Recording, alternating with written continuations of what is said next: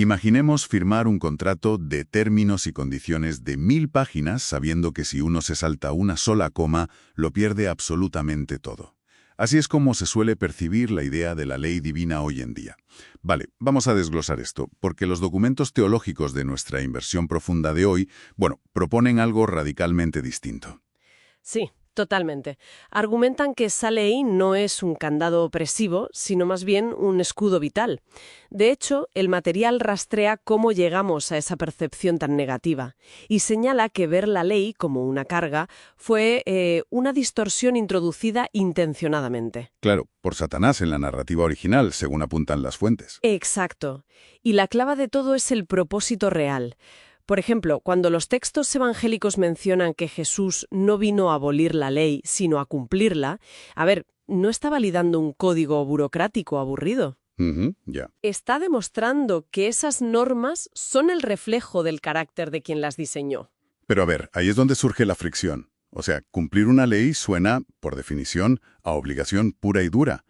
¿Cómo logramos ver eso como una fuente de fortaleza? Bueno, estoy convencida de que la respuesta está en los líderes históricos que mencionan las fuentes, como David o Salomón, que encontraban su mayor poder justo al reverenciar esto. Y no por un deber ciego, sino porque entendían la mecánica. No lo veían como un límite a su autonomía. Eso es. Claro, funcionaría más como las barreras de seguridad en una carretera de montaña. A ver, no se instalan para arruinar las vistas ni por capricho. No, ni para prohibir la velocidad sin motivo. Exacto, están para evitar que el coche caiga por el precipicio. Me gusta mucho esa imagen, pero llevémosla un poco más a fondo. Una barrera estática solo detiene un golpe, pero el texto plantea que la ley es una revelación activa de un Dios protector. O sea, un manual de supervivencia. Tal cual.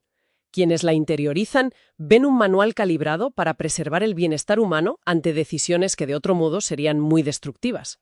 Y si la ley es esa barrera que evita el desastre, entonces ignorarla y cruzarla, lo que el texto define como pecar, no es simplemente romper una regla anticuada, es literalmente pisar el acelerador hacia el vacío.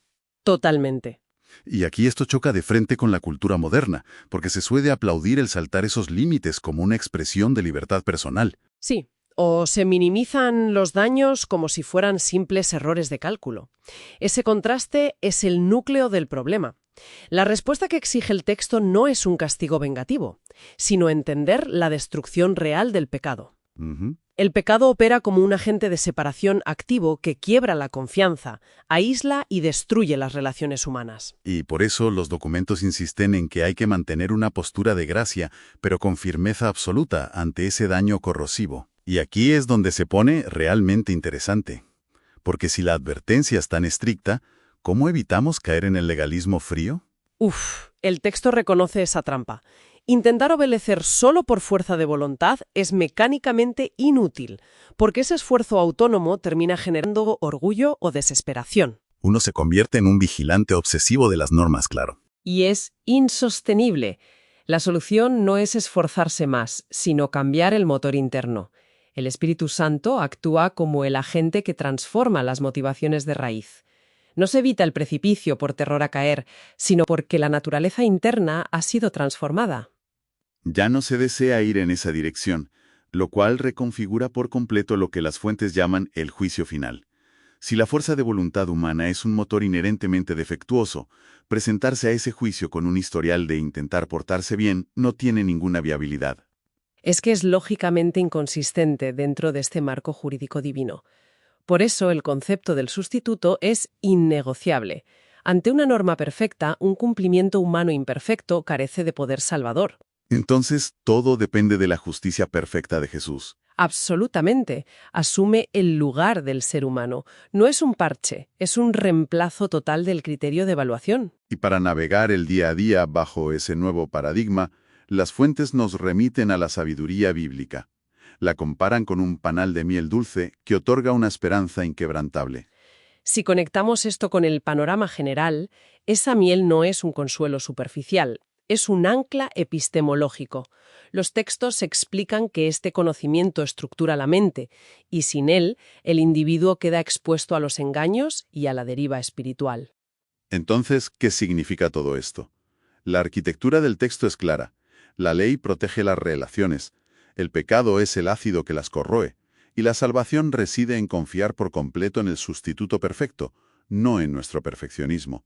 Entender la ley es simplemente la vía para desarrollar una relación genuina con el Creador. Es cambiar de perspectiva, dejar de leer un código penal para empezar a leer los planos de un refugio seguro. Me quedo dándole vueltas a algo que surge de todo esto.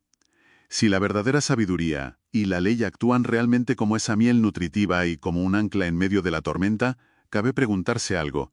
¿Cuánta de la profunda ansiedad relacional y polarización que dominan la sociedad actual podría ser simplemente el resultado de vivir espiritualmente a la deriva, acelerando ciegamente en esa carretera por haber desmantelado de forma voluntaria nuestra principal barrera de seguridad?